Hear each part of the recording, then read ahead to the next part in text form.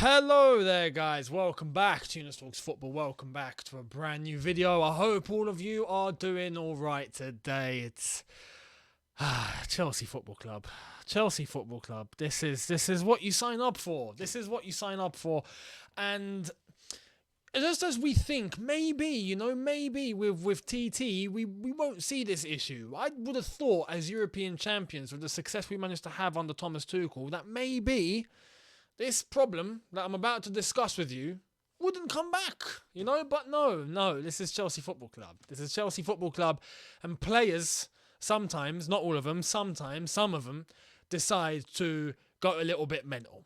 And player power, clearly, is still a thing at Chelsea Football Club. I don't want to say player power in the extent of what it used to be, because I don't think that's the case now. Under Thomas Tuchel, I don't think there are, like we've seen under previous managers, clans, groups of players that are now, conspiring against the manager. I don't think that's the case. Definitely not under TT. But you always get that one mushroom that pops out of nowhere. And it's like, oh, it's you again. And this is it. Marcos Alonso. We've had history with Marcos Alonso, and I saw this report come out last night, very late, and then this morning more details, and I was like, well, this is weird, isn't it? This isn't new, but why does this have to happen again? Why? Now, I want to bring a level head to this, because I'm sure a lot of you understand and have heard what's happened. I heard this last night, and I heard whispers. I have to say, I heard whispers, and I was like, nah, surely not. Marcos Alonso bust up with Thomas Tuchel. I'm like, really? Why? And then I had it put to me, but Younes, why do you think he was subbed off at halftime? Why do you think minute 46 he wasn't there? Why do you think we brought on Saul to go left wing back? And then I remember me telling you guys in my match review why I was so baffled at Thomas Tuchel making that tactical decision. There was no injury, as TT said. It was just a decision to make. His words, not mine. I found that weird. I told you in my review. I was like, I wouldn't have done that. Well, now we know TT isn't crazy. TT's not crazy. And I'm glad to know that TT's not crazy. Because to take off Alonso by choice, right, to bring on Saul, and then later on to bring on Sarr, why? Doesn't make much sense. Well, now we know, because apparently there was a bust up. And it came from a very, very credible source. I have to say this, a very credible source. We're going to go through the information now. I'll show you exactly where it all came from and the follow-up into today, because this news came out last night. We've had more information since. So let's get right into it. From Nathan Gissing. Check this out. Nathan Gissing. Now, Nathan Gissing, I hope I'm saying the name right, is the owner of the Instagram page CFC News page. Now, if you know CFC News page on Instagram, and obviously now Nathan is on Twitter, he works for Di Marzio, or he writes for Di Marzio, but at the same time, he runs the CFC News page on Instagram. A very, very, very well-connected Chelsea Instagram page. They're the ones that give you the team news before the team is even out. They're the ones that tell you which injury is happening before the injury list comes out. They're the ones that tell you which players are going to be in the squad before the press conference even happens. CFC News page is a very, very reliable information to get your Chelsea news from and your latest information. Nathan is the one who runs that page. He's a very well-connected person. He came out with this. Understand, Marcos Alonso was subbed off at half-time against Wolves due to a bust-up between Tuchel. Sources tell me it was described as a heated exchange. Marcos' priority is to leave Chelsea this summer, with Barca working on it. He goes on to say more. The feeling inside the dressing room is this could be Alonso's final game in a CFC shirt this season, or maybe ever, with the Spaniard's priority is to return to Spain this summer. Barca are working on it and is seen as a possibility. Contacts between the agents and the club. Later today, he went on to say the major incident happened during the game where Alonso insulted Tuchel. This ultimately led to the halftime substitution. Now, I heard earlier on that apparently Chelsea denied this happened. I can't confirm that. by the way. I can't say, oh, yeah, no, Chelsea have said, just apparently, right? And I don't want to be that guy and says, no, Chelsea have done this. I'm just saying, apparently. You can go and check for yourself if that is the case. I don't know if it is or it's not. I can't verify either way. But apparently, Chelsea said that they deny those claims, okay? In comes someone to give us the exact moment where it happened. Check this out, and I hope this doesn't affect the circumstance of this video for you guys. But let's go through it. This is where it all began. So, if you run through this clip, you're able to see, here's Marcos Alonso, loses the ball. At this point, he's jogging back, and then he looks over. There you are. And then he starts sprinting. You can see it happen right in front of you. This was apparently where Marcos Alonso was screamed at. And apparently, Marcos Alonso gave words. Now, what he said was apparently he swore in Spanish. And I'm not going to tell you what words it was. You'll be able to go and find out that information for yourself. But Marcos Alonso had given an earful to Tuchel in Spanish. And therefore, at half-time, he took him off. It makes complete sense. Now, what I do want to say is, I don't want to turn this into a massive story. Because if you know football environments, if you've even been a player at any level, you know exchanges can happen between player and manager. I've seen it happen multiple times. It doesn't mean that now they absolutely despise each other. It's game over for everyone. The squad's ruined. Like, no. But it does have an effect. And the timing of this couldn't come at a worse time. And now it depends on the manager. Now, the thing is with Marcos Alonso, we've had previous. This is what worries me now. We've had previous. Do you remember under Frank Lampard, the whole incident with the bus? You remember?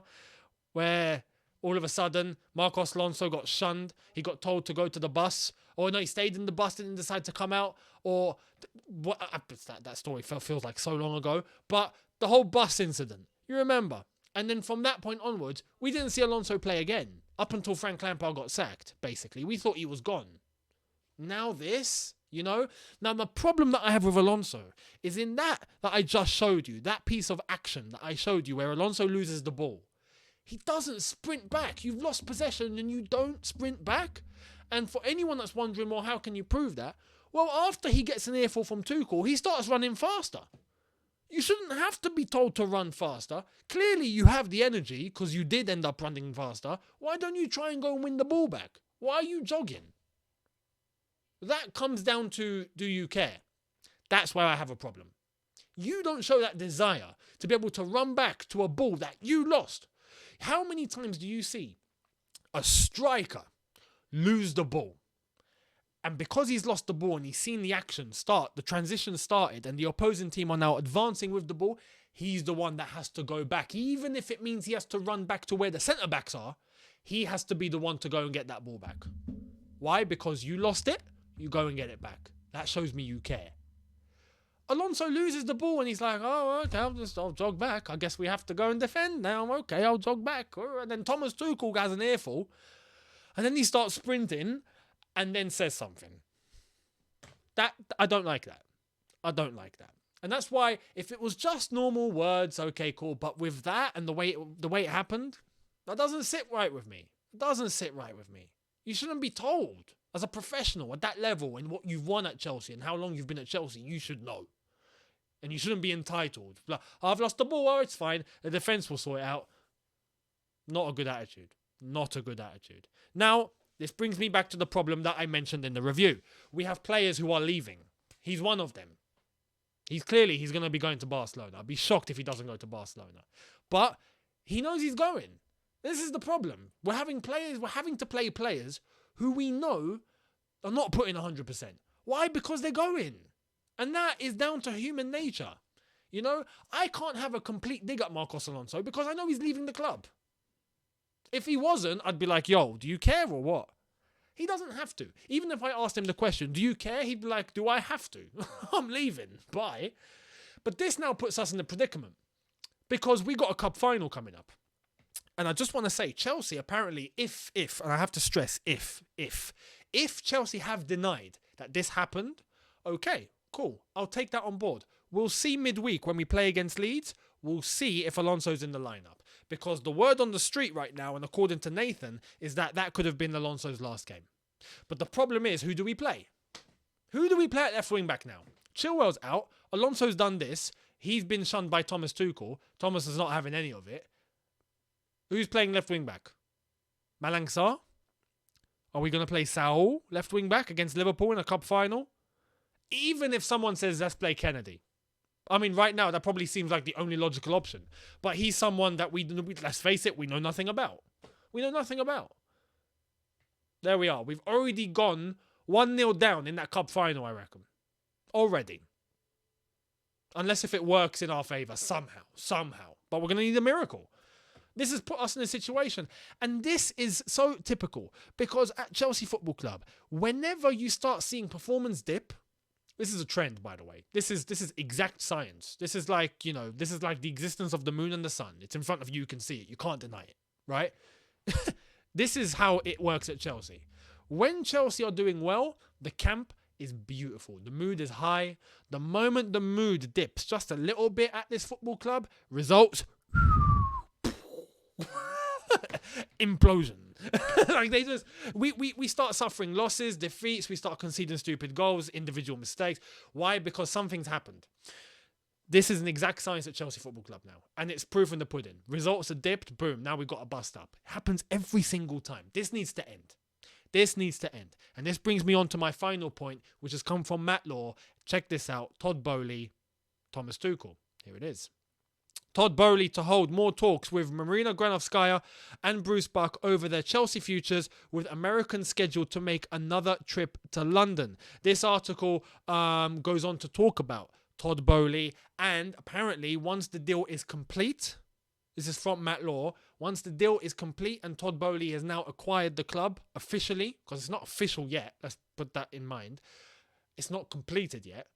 Once it's complete, he's apparently promised that he will be backing Thomas Tuchel with any investment that's needed. Same goes for the women's team, but Thomas Tuchel will be backed by Todd Boehly and the new owners and the consortium and the money and the backing that we have. So that is going to be key. We have to start changing the identity at this football club. This can't go on any longer, where one player has a problem and it infects the entire squad. No more. Let Thomas Tuchel build what he wants to build. Let him have a team that he wants to have. Let him get players in that he needs and not have to deal with players that have been here since when Antonio Conte won the title. Do you know what I mean? We've still got players that were bought by Mourinho, by Conte, by Sarri, by Lampard. We've got multiple different identities trying to fit into one, and we somehow still won the Champions League. It's crazy how that happened. When you think about it now, it's insane.